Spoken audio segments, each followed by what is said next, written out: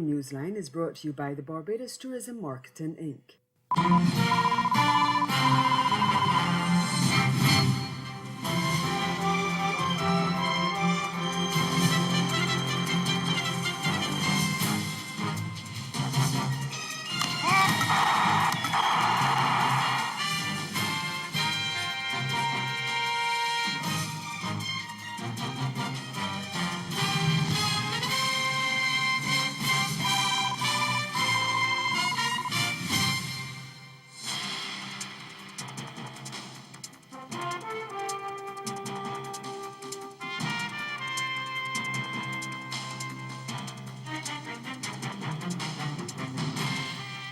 CARICOM is working on implementing a system of measures, tangible results on regional integration mechanism. Secretary General Erwin Larocque says gauging the impact of the regional integration movement was an integral part of the reform.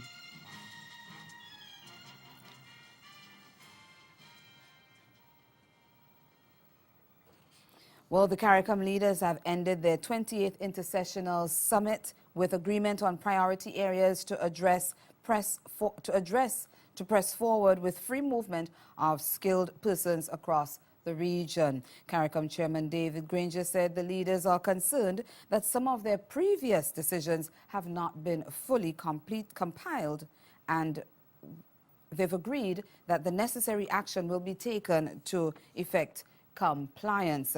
In that regard, the meeting also addressed the need for the relevant ministerial councils to commit to meet. They've described the past 2 days as successful, and President Granger said that the Conference of Heads of Government reflected on the importance of the CARICOM brand and the pride of our citizenship, citizenry, and membership. In our discussions on the Caribbean, the CARICOM single market and economy, for which we received a review, the matter of free movement of skilled persons was ventilated. We agreed on priority areas to be addressed, including the completion of the protocol and procedures relating to facilitation of travel.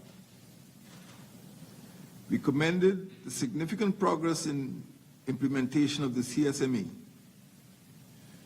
We agreed on priority areas to be addressed, including the challenges of payments for goods and services traded within the region. We continue to be concerned that some of our previous decisions have not been fully complied with, and we agreed that the necessary action will be taken to effect compliance. In that regard, the conference also addressed the need for the relevant ministerial councils and committees to meet. Well, the leaders also addressed the troubling crime situation in the region. We've resolved to do more to curb the scourge, including placing greater focus on the social determinants of crime, especially among youth. Our attorneys general, and in the case of those countries which do not have attorneys general, the ministers responsible for legal affairs, will take action to finalize agreements which are essential to the implementation of the regional crime and security agenda. We will be seeking to take full advantage of opportunities for capacity building to address existing and emerging threats, including those related to cybersecurity and cybercrime, crime prevention, and drug demand reduction. Also coming out of the summit, CARICOM leaders have agreed to hire a lobbyist to help the region deal with the issue of de-risking in the banking sector. Correspondent banks, which are mainly large international banks domiciled in the US, Europe, and Canada, provide Caribbean states with vital access to the international financial system by offering services to smaller domestic banks and financial institutions to complete international payments and settlements. But many of the banks which provide those services have been seeking to manage their risks by severing ties with institutions in the region. Antigua and Barbuda's Prime Minister Gaston Brown, who is leading the region's response to the issue, said the leaders took the decision on the first day of their deliberations. He said the job of the lobbyist would be to make sure that the region manages the threat that it's facing. Most of the banks that have been de-risked are primarily local banks, and Brown warned that, and I quote, "If this process continues, then we may end up with a cartel of foreign banks literally operating within the region. And you know the consequences of that. They will continue to gouge us." End of quote. Dominica's opposition leader Lennox Linton and two other senior members of his United Workers' Party are in Guyana to make a case to regional leaders about why Prime Minister Roosevelt Skerrit should be removed from office. Linton has traveled with UWP Senator Dr. Thompson Fontaine and Roseau Central MP Joseph Isaac to the leaders' intercessional meeting. He said the team will be sensitizing CARICOM members about what is going on in Dominica and what the implications are for CARICOM. At the opening ceremony of the meeting yesterday, Skerrit thanked regional leaders for showing concern following disturbances that occurred hours after an opposition meeting in Roseau late Tuesday, and he assured them the situation is now under control. But Linton said the Prime Minister was spreading propaganda and seeking sympathy, and the opposition would speak truth to power and say exactly what happened and talk about the situation in the country. He is hoping for the leaders' support. We want the community, the heads of government of the community, to act urgently in the best interest of the people of CARICOM to resolve what we consider to be very disturbing developments in Dominica. Those involve the corrupt granting of economic citizenship, risky economic citizenship revenues, and very critically, the sale of diplomatic passports, the creation of counterfeit diplomats supposedly serving as envoys for Dominica, but really involved in criminal activity around the world.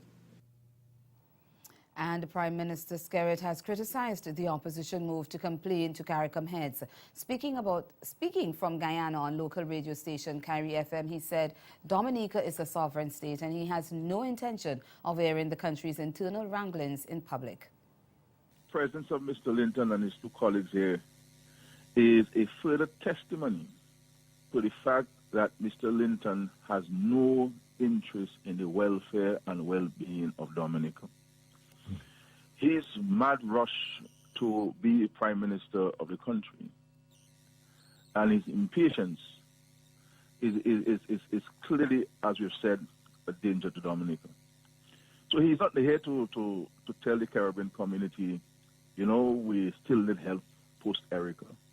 He's not there to say to them, look, we're trying to build homes for the people of Petite Savanne, but in Coolibistry, we need to do some river walls and river training. He's not here to tell them that, you know, we are doing some farm roads, but Marigot needs a couple more farm roads. Skerrit says his meeting with the leaders has strengthened his resolve to conduct a thorough investigation into the coup attempt. The country this morning is that after meeting the heads of government, myself as a group, and also those who approached me on a one-on-one, I am more fortified now than ever that there must be a thorough investigation in the disturbances on February 7th. We believe that the country has a right to know what exactly happened, who will respond, so that this riot and vandalism, which we are not known for, will not happen again. The Caribbean Development Bank is projecting an average 1.7% growth in its borrowing member countries this year, following last year's performance of negative 0.9%. The 2016 figure in direct contrast to the 0.4% growth experienced in 2015. Addressing the bank's annual news conference on Friday, Director of Economics Dr. Justin Ram reported that the service-oriented economies recorded positive growth in 2016, while the predominant commodity exporters, except Guyana, contracted. These recorded a modest decline, while significant contractions were recorded in Trinidad and Tobago, where that economy declined by 5%, and in Suriname, which declined by a further 9%. Average growth across the region, therefore, was negative 0.9%, compared with 0.4% growth in 2015. So our purpose as a development bank is summed up in the words of CDB's first president, Sir Arthur Lewis, when he opined that the conditions under which people live should be our mantra. CDB President Dr. Warren Smith called for a reversal of the pattern of decline in the region's economies.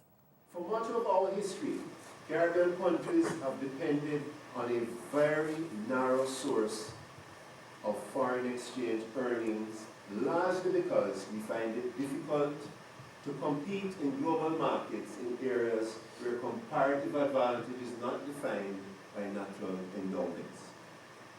The fastest growing Caribbean countries today are those which offer services like tourism that have been expanding in line with global recovery. On the other hand, commodity producers have been set back by the headwinds of falling commodity prices. Still to come in Caribbean Newsline, Barbados Central Bank Governor gets 6 more days in office. The details when we return.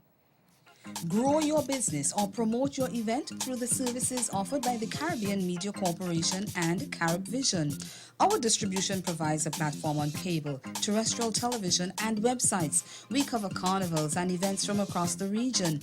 We can bring your event live and alive to the world.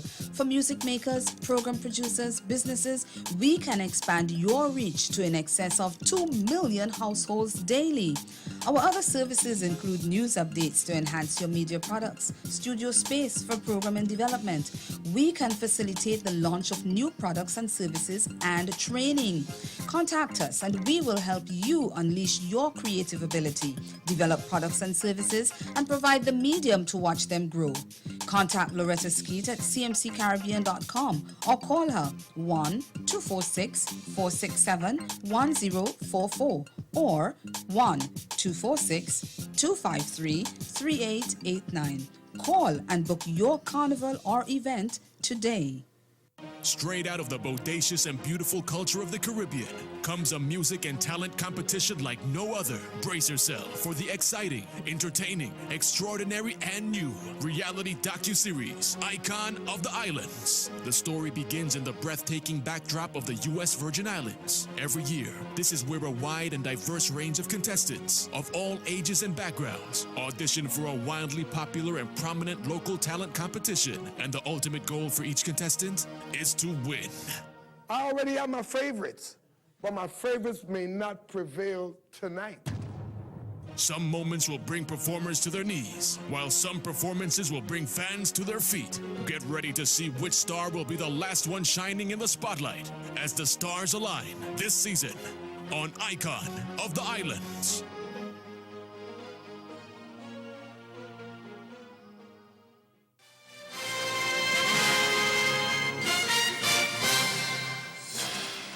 Governor of the Central Bank of Barbados, Dr. Delisle Worrell, gets to stay on the job a further 6 days.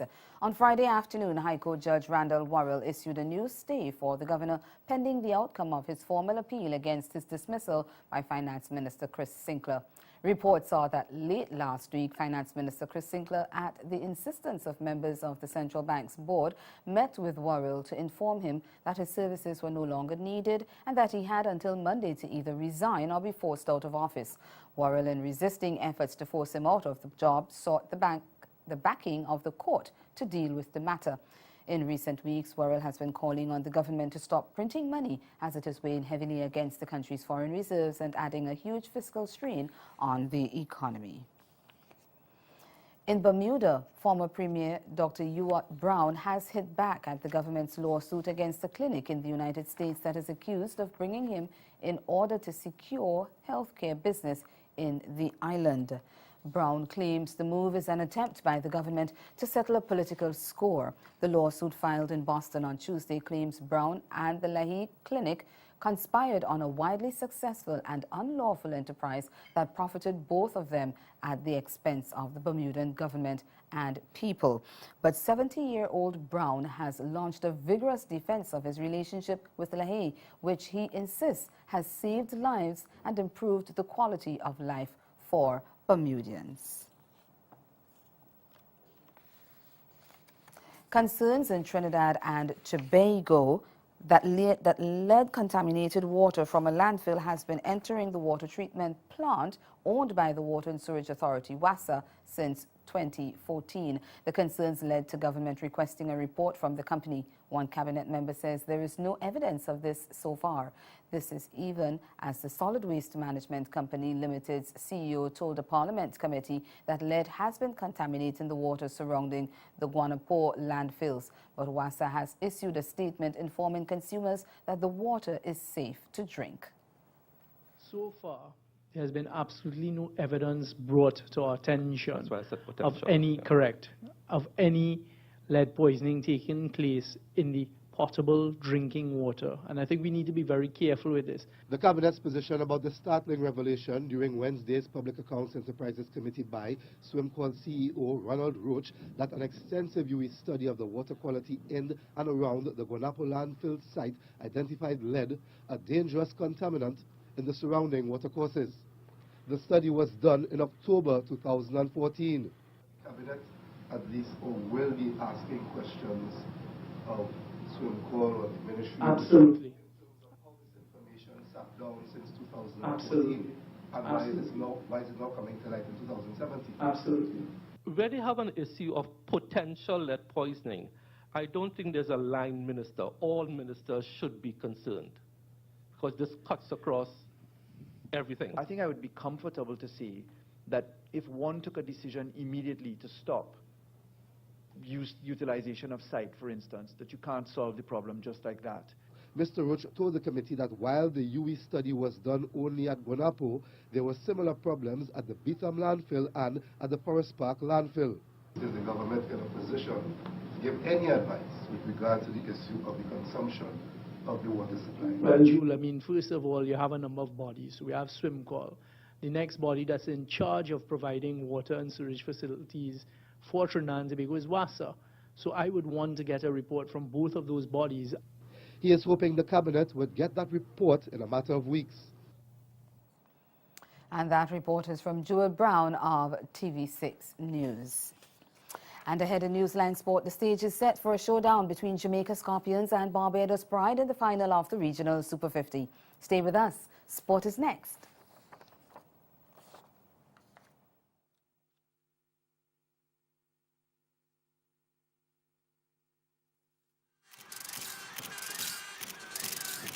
Get ready for the Caribbean's most original carnival, Dominica's Carnival, Mass Dominic 2017, February 4th to the 28th. Revel in the splendor of a masquerade band. Experience the parades, the non-stop fetes, Dominica nights, Dominique Do, Mass Dominic, the real mass. Come, revel with us. Visit us online at dominicafestivals.com or call us at 767-255-8221.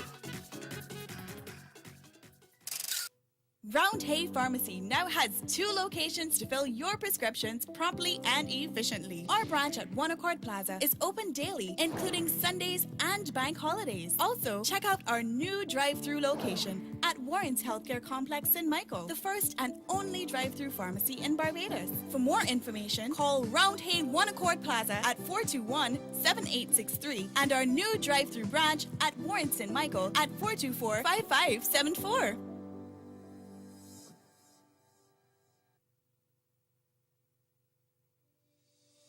In a place where legends start, the beach is just the beginning. So live a little for the exhilaration and the color of every moment, where time is and life is a spirited event. Immerse yourself in the culture, the music, the people, the island. Love Antigua and Barbuda. Embrace an experience that leaves you breathless, from cricket to sailing week to carnival and more. Antigua and Barbuda, the beach is just the beginning.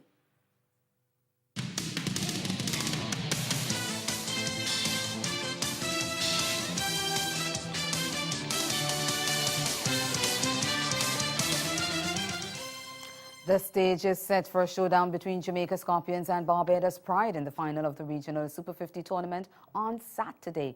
Pride beat Leeward Islands Hurricanes by 110 runs in the second semi-final on Thursday to secure their place in the final match.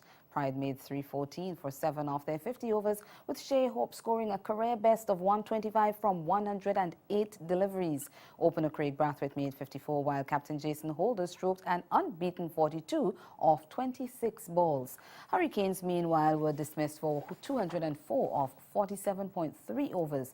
Looking ahead to Saturday's final, Hope says his team has been adjusting to the conditions at Coolidge. It's a bit slower than in Barbados. I find that the ball is holding up a bit from the spinners especially. But it's still a decent wicket to bat on, so we just need to make sure when we are bowling, to bowl in the right areas and don't give away too many bar balls or any bar balls at all. And when we're batting, just capitalize on those bar balls and just work with what we can. Hope says the team's bowlers have also been consistent throughout the tournament. Actually, he's putting a lot of reps on the balls, so he's getting a lot of balls to spin. Ben's the same thing. And I guess the height that Ben has is also a plus for him. Meanwhile, several players have come in for high praise that's from former West Indies bowling coach Sir Curtly Ambrose. Sir Curtly is currently an analyst on ESPN for the tournament, and he says Barbados Pride and Jamaica Scorpions deserve to be in the finals as they were the most consistent teams. First of all, it's good to see Kieran Powell back in the region. He's been away for a couple of years, and it's good to see him back. He looks focused, and he had a wonderful tournament. Shea Hope played a marvelous innings today, 125, and then he kept wicket, inflict some stumpings and some catches behind the wicket. It was a wonderful day for him. But I have to say that I am most impressed with Craig Brathwaite. He hasn't really been in a one-day setup for some time. And many of us don't think that he's a one-day player. And to have come into the Barbados Pride team and have scored 2 centuries and a couple of half centuries and scored like 400 runs, to me that was marvelous. And that is something that I believe we need in the West Indies senior team. Someone like Craig who can bat through the innings if possible, and all the other big hitters bat around him. So I'm most impressed to see him score so many runs. Staying with cricket, Chris Gale's run of low scores in the Pakistan Super League continued Thursday as his Karachi Kings suffered a 7-run defeat to Sunil Narayan's Lahore Qalandars. Chasing a challenging 180 at the Sharjah Cricket Stadium, Kings came up short at 172 for 8, with the veteran left-hander mustering just 5, while his West Indies teammate Kieron Pollard also failed, scoring just 8 as Kings suffered a major batting meltdown. Gale now has 17 runs from 3 innings in the tournament. Only Sri Lankan star Kumar Sangakkara with 65 off 45 balls and Pakistani Shoaib Malik with a 30-ball 39 showed any resistance in a 101-run third wicket stand, which pulled Kings around from 21 for 2 in the 4th over. From the pitch to the track, following weeks of speculation, Jamaican sprinter Nesta Carter has officially filed an appeal after testing positive for a banned substance stemming from the 2008 Beijing Games. Carter's lawyer Stuart Simpson confirmed that the appeal was submitted and he is awaiting a date to go before the Court of Arbitration for Sports. We get more in this report. TVJ Sports has learnt that the sprinter's legal team has lodged an appeal with the Switzerland-based court. The sprinter was stripped of the Olympic gold medal after returning an adverse analytical finding for the banned stimulant, methylhexanamine, following retesting of his stored 2008 sample. The action also resulted in Usain Bolt's Olympic gold medal haul being reduced to 8, with Asafa Powell, Michael Frater and Dwight Thomas also having to return their gold medals. Last week, the IAAF confirmed that Carter had not been suspended, and the Jamaica Administrative Athletics Association cleared the sprinter to resume competition pending his appeal to CAS. Carter opened his season last Saturday, anchoring his MVP track club to 2nd place in the men's sprint relay at the Milo Western Relays. On to horse racing. Rajiv Miraj made his presence felt on the 8-race card at Aqueduct on Thursday. He scored a triple to get back into contention in the Jockeys Championship. The 31-year-old opened the program with a dominant win aboard 3-1 Chance She'd Had Enough. He followed up with victory in race 5 aboard favourite Be Noteworthy before pairing with 2-1 bet Big Al Parker to win race 6. With his latest success, the Jamaican is now in 3rd place in the meeting standings on 28 8 wins. That's only 3 adrift of that's Aritz Jr. and alongside second place Kenrick Kamuch, who is also on 28th. The Bahamas is gearing up to host Carifta Games in April. Nassau will host 3 games over the Easter weekend, while Curacao will host the athletics meet. We get more from ZNS Network News. Carifta fever is in the air. 3 segments will be held right here in the 242. Up first is judo, April 5th through the 9th. Water polo is April 7th through the 9th. And swimming is April 15th through the 19th. As for track and field, that will be held in Curacao, April 15th through the 17th. The main competition is going to be on the 7th, so book your calendars Friday the 7th, all day, starting about 10. Finals block will be maybe around 4 or 5 until they finish, about 2.5 hours. 8 teams are coming in. We're getting all the organization done right now, and the athletes are having a good time training. They're lifting weight every day, they're training every day after school, getting really hyped up and excited to do Carifta judo. It's the second time that water polo will be hosted in the Bahamas. Back in 2004 we had 1 team, now we have 3 teams in 3 different age categories. There will be over 20 teams coming from 7 participating countries, and so we will have plenty matches starting from 8 a.m. till 8 p.m. Last year we did a good performance. We had a triple silver showing in Trinidad and Tobago. So it's time for us to bring home the gold. The swimming events will run from morning sessions from 9 a.m. There's a brief break in the afternoon before we come back at 6 p.m. for finals. Our kids are working really hard right now. We only have hopefuls for the Carifta team. The team will be named on March 13th, and the kids are really excited about that. Our team has won Carifta twice. Last year in Martinique, we had a very tight second finish. And that's the sport. Stay with us. We'll be right back. Caribbean Newsline is brought to you by the Barbados Tourism Marketing Inc. Round Hay Pharmacy now has 2 locations to fill your prescriptions promptly and efficiently. Our branch at One Accord Plaza is open daily, including Sundays and bank holidays. Also, check out our new drive-through location at Warren's Healthcare Complex in Michael, the first and only drive-through pharmacy in Barbados. For more information, call Round Hay One Accord Plaza at 421-7863 and our new drive-through branch at Warren's in Michael at 424-5574.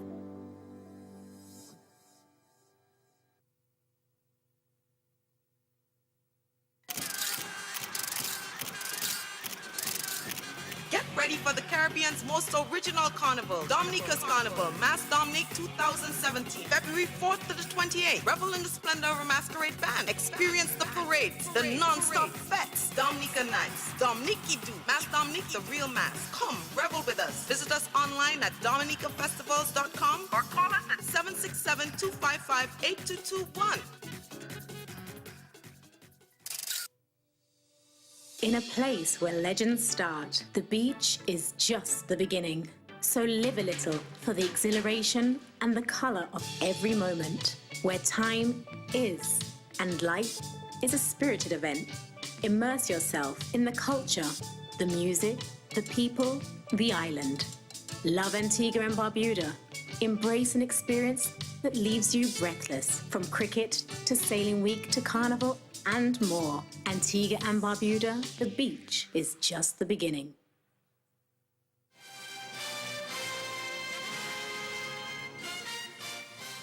Again, the major developments of this day. CARICOM heads agree on measures to advance free movement and fight the crime scourge. And in sport, the stage is set for a showdown between Jamaica Scorpions and Barbados Pride in the final of the regional Super 50 tournament. That's Caribbean Newsline. For news and sport around the clock, log on to CarnaNews.com. We'll be back here again on Monday. But from all of us at CMC News, we thank you for watching and do have yourselves a very good weekend.